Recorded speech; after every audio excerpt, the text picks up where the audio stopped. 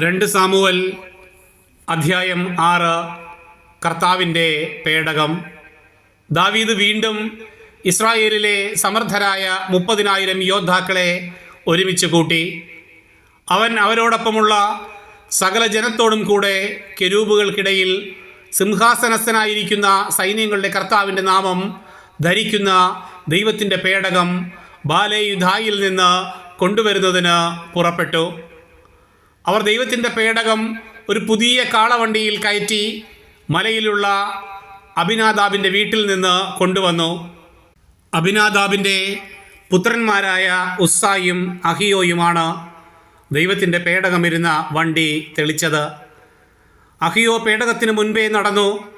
ദാവീദും ഇസ്രായേൽ ഭവനവും സന്തോഷത്തോടും സർവശക്തിയോടും കൂടെ കിന്നരം, വീണ, ചെണ്ട, മുരജം, കൈത്താളം എന്നിവ ഉപയോഗിച്ച് കർത്താവിൻ്റെ മുൻപിൽ പാട്ടുപാടി നൃത്തം ചെയ്തു.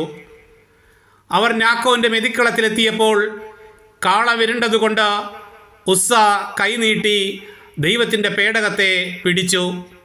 കർത്താവിൻ്റെ കോപം ഉസ്സയ്ക്കെതിരെ ജ്വലിച്ചു.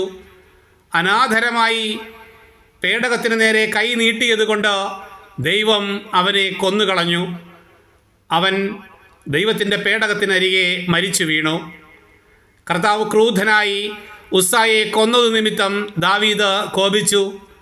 ആ സ്ഥലത്തിന് ഇന്നുവരെ പേരസ് ഉസ്സ എന്ന് പേർ വിളിക്കുന്നു. അന്ന് ദാവീദിന് കർത്താവിനോട് ഭയം തോന്നി. കർത്താവിൻ്റെ പേടകം എൻ്റെ അടുത്ത് കൊണ്ടുവന്നാൽ എന്തു സംഭവിക്കുമെന്ന് അവൻ ചിന്തിച്ചു.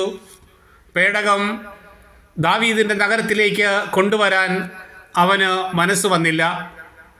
ദാവീദ് അത് ഹിത്യനായ ഓബദ് ഏദോമിൻ്റെ വീട്ടിൽ സ്ഥാപിച്ചു. കർത്താവിൻ്റെ പേടകം അവിടെ 3 മാസം ഇരുന്നു. കർത്താവ് ഓബദ് ഏദോമിനെയും കുടുംബത്തെയും അനുഗ്രഹിച്ചു. ദൈവത്തിൻ്റെ പേടകം നിമിത്തം കർത്താവ് ഓബദ് ഏദോമിൻ്റെ കുടുംബത്തെയും അവനുള്ള സകലത്തെയും അനുഗ്രഹിച്ചു എന്ന് ദാവീദ് അറിഞ്ഞു. അതുകൊണ്ട് ദാവീദ് ദൈവത്തിൻ്റെ പേടകം അവിടെ നിന്ന് ദാവീദിൻ്റെ നഗരത്തിലേക്ക് സന്തോഷപൂർവ്വം കൊണ്ടുവന്നു. കർത്താവിൻ്റെ പേടകം വഹിച്ചിരുന്നവർ 6 ചുവട് നടന്നപ്പോൾ അവൻ ഒരു കാളയെയും തടിച്ച കിടാവിനെയും ബലി കഴിച്ചു. ദാവീദ് കർത്താവിൻ്റെ മുൻപാകെ സർവശക്തിയോടും കൂടെ നൃത്തം ചെയ്തു. ചണനൂൽ കൊണ്ടുള്ള ഒരു അരക്കച്ച മാത്രമേ അവൻ ധരിച്ചിരുന്നുള്ളൂ. അങ്ങനെ ദാവീദും ഇസ്രായേൽ ഭവനവും ആർപ്പു വിളിച്ചും കാഹളം മുഴക്കിയും കർത്താവിൻ്റെ പേടകം കൊണ്ടുവന്നു. കർത്താവിൻ്റെ പേടകം ദാവീദിൻ്റെ നഗരത്തിലേക്ക് പ്രവേശിക്കുമ്പോൾ സാവൂളിൻ്റെ മകൾ മിഖാൽ ജനലിൽ കൂടെ നോക്കി. ദാവീദ് രാജാവ് കർത്താവിൻ്റെ മുൻപിൽ തുള്ളിച്ചാടി നൃത്തം വയ്ക്കുന്നത് കണ്ടു. അവൾക്ക് നിന്ദ തോന്നി.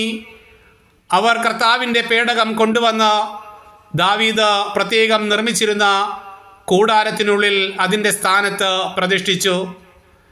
ദാവീദ് കർത്താവിൻ്റെ മുൻപിൽ ദഹനബലികളും സമാധാന ബലികളും അർപ്പിച്ചു. അർപ്പണം കഴിഞ്ഞപ്പോൾ ദാവീദ് സൈന്യങ്ങളുടെ കർത്താവിൻ്റെ നാമത്തിൽ ജനങ്ങളെ അനുഗ്രഹിച്ചു. സ്ത്രീ പുരുഷ ഭേദമന്യേ ഇസ്രായേൽ സമൂഹത്തിന് മുഴുവൻ ആളൊന്നിന് ഒരപ്പവും 1 കഷ്ണം മാംസവും 1 മുന്തിരിയടയും വീതം വിതരണം ചെയ്തു. പിന്നെ ജനം വീട്ടിലേക്ക് മടങ്ങി. തൻ്റെ കുടുംബത്തെ അനുഗ്രഹിക്കാൻ ദാവീദ് മടങ്ങിച്ചെന്നു. സാവൂളിൻ്റെ മകൾ മിഖാൽ ഇറങ്ങി വന്ന് അവനോട് പറഞ്ഞു, ഇസ്രായേലിൻ്റെ രാജാവ് ഇന്ന് തന്നെ എത്ര പ്രശസ്തനാക്കിയിരിക്കുന്നു.